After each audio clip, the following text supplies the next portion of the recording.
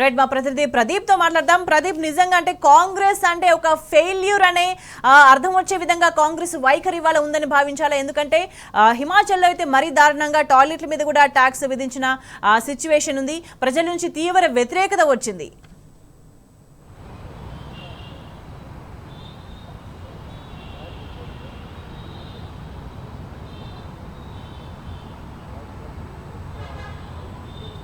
Pradeep,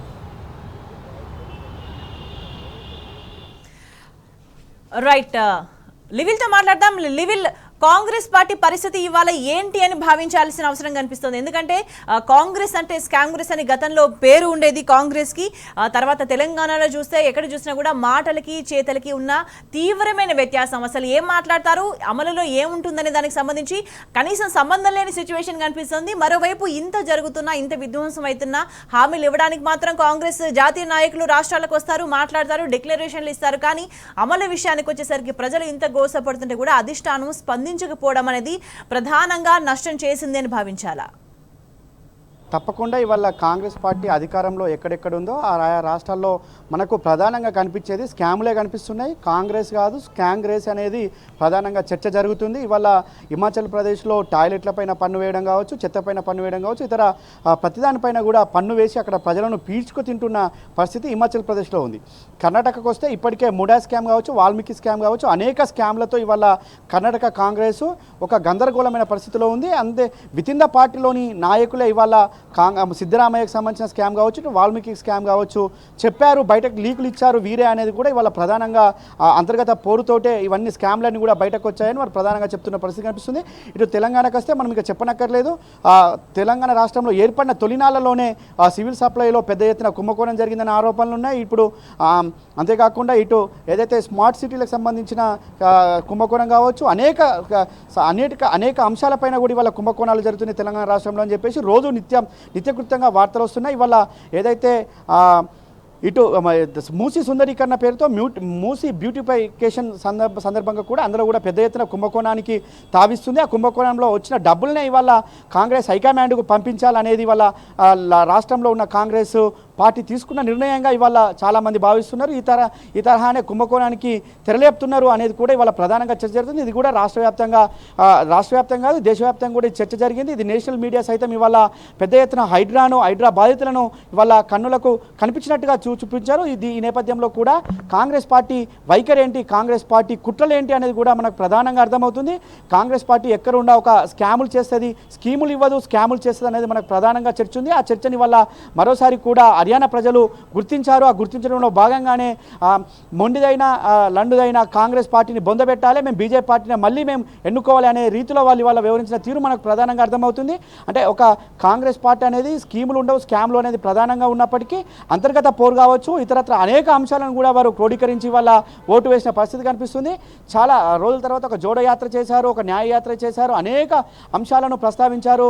Rahul Gandhi ground to హెర్త్కు మొత్తం రాష్ట్రంలో ఉన్న దేశంలో ఉన్న అన్ని నగరాలను చుట్టేశారు, అన్ని గ్రామాలను చుట్టేశాడు. అయినప్పటికీ కూడా ఏదో ప్రధాన ప్రతిపక్ష పార్టీ హోదా వచ్చినప్పటికీ వాళ్ళ రాష్ట్రాల్లో ఇవన్నీ చేసిన తర్వాత కాంగ్రెస్ పార్టీ నిజంగా చాలా స్ట్రెంగ్థెన్డ్ గా ఉండాలి, చాలా స్ట్రాంగ్ గా ఉండాలి. నిజంగా ఎక్కడైనా రాష్ట్రాల్లో తమ పార్టీ అధికారంలో ఉన్న రాష్ట్రాల్లో ఎక్కడైనా అన్యాయం జరిగితే వాటికి సంబంధించి మాట్లాడాలి, ప్రజలకు న్యాయం చేయాలి. ఎందుకంటే జోడో యాత్రలకు సంబంధించి కావచ్చు, అప్పుడు ఇచ్చిన హైప్ అట్లాంటిది. కానీ దాని తర్వాత అధికారంలోకి వచ్చిన తర్వాత చూస్తే మాత్రం ఇదేవి పట్టించుకోకుండా రాష్ట్రంలో కేవలం మరొక ప్రధానమైన ఆరోపణ ఏంటంటే రాష్ట్రాల నుంచి అధిష్టానానికి డబ్బులు పంపిస్తే చాలు, రాష్ట్ర నాయకత్వం ముఖ్యమంత్రులు ఏం చేసినా కూడా కాంగ్రెస్ అధిష్టానం పట్టించుకోవట్లేదు అనే ఒక వైఖరి అనేది దీనికి ప్రధాన కారణంగా భావించాలా? వీటన్నిటిని చూసి కాంగ్రెస్ పార్టీ ఇప్పుడు జాతీయ పార్టీగా చెప్పుకుంటున్నప్పటికీ కూడా గతంలో ఉన్న వైభవం అసలు లేనిలేదు.